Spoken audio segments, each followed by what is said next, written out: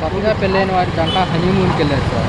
అవును, అందులో భర్త చనిపోవడం మరి మీరు బాగా హృదయాన్ని బాధ కదా మరి, చాలా బాధ. కొత్తగా పెళ్ళైన జంట వెళ్ళారంటే మరి ఒకడు మళ్ళీ మగవాళ్ళని చంపేసి ఆడవాళ్ళు వదిలిపెట్టారు, మగవాళ్ళని చంపేశారు, ఆడవాళ్ళు వదిలిపెట్టారు. మరి ఆడపిల్ల పరిస్థితి ఏంటి రేపు పొద్దున్న?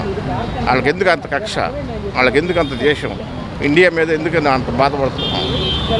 కనుక వారిని మీ మతం ఏంటి అని చెప్పేసి మరి మతాన్ని ఏంటి అని అడిగి చంపడం, మరి హిందూ మతాన్ని వేరుకోటి మీద చంపడం ఏంటి, మరి ముస్లిమ్స్ని వదిలేయటం ఏంటి?